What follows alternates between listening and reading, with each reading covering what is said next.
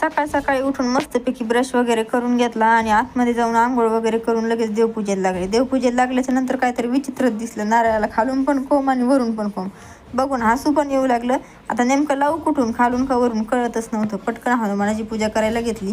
तुटीचे पानं खाली जाऊन सकाळ सकाळी तोडून आणले आणि पटकन ताट वगैरे काढून घेतलं पूजेचं. लगेच इकडं आपलं पाट वगैरे मांडला, वस्त्र वगैरे टाकलं. हनुमानाचा फोटो होता म्हणून फोटो वगैरे लावून दिला आणि दिवा अगरबत्ती वगैरे सगळं करून घेतलं. एकदम व्यवस्थित आणि एकदम भारी. सकाळ सकाळी एकदम छानच वाटत होतं बघा. आहोंना म्हटलं चला लवकर, आपल्याला ड्युटीला जायला पण उशीर होतोय, पटकन हनुमानाची पूजा वगैरे करून घेऊन हनुमानाची पूजा करायला लागले. सगळं काही मनानं सांगावंच लागतं. अगोदर गंध लावा, नंतर अक्षदा लावा.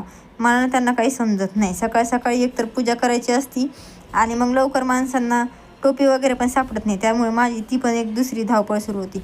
हनुमानाची जयंती असल्यामुळे मस्त शिऱ्याचा नैवेद्य केला. शिरा वगैरे भाजून घेतलेला होता, तुम्ही बघू शकता व्हिडिओमध्ये. अशा पद्धतीने आमच्या छानपैकी हनुमानाची पूजा करताय. आणि ते पूजा करत असताना इकडं आम्ही ते हनुमान चालीसा पण घेतली होती. त्यांना म्हटलं हनुमानाची पूजा करा आणि लगेच हनुमान चालीसा वाचायला घ्या. त्याच्यामुळे त्यांनी हनुमानाची पूजा केली, नैवेद्य पाणी केला आणि मस्तपैकी नैवेद्य अर्पण धूप दीप लावून घेतलं आणि लगेच त्यांना ऑफिसला जायला लेट होत होतं म्हणून त्यांनी हे पण करून घेतलं, हनुमान चालीसा पण वाचायला घेतली. बघू शकता तुम्ही, खूप छान असं भारी वाटत होतं. त्यांना उशीर होऊ नये म्हणून मी इकडं हनुमानाला राम राम याची एक माळ ओवत बसलेली होती. बघू शकता तुम्ही, रुटीचे पानं आणले खालून आणि माळ ओवत बसली आणि आता अशा पद्धतीने आपली माळ ओवणं तयार झालेली आहे. बघू शकता, मी तुम्हाला व्हिडिओमध्ये दाखवते किती छान दिसते माळ. तर असेच आम्ही हे रुटीच्या पानाची माळ घेऊन मग बाहेर जे आपलं मंदिर आहे हनुमानाचं तिथे जाण्याचं ठरवलं.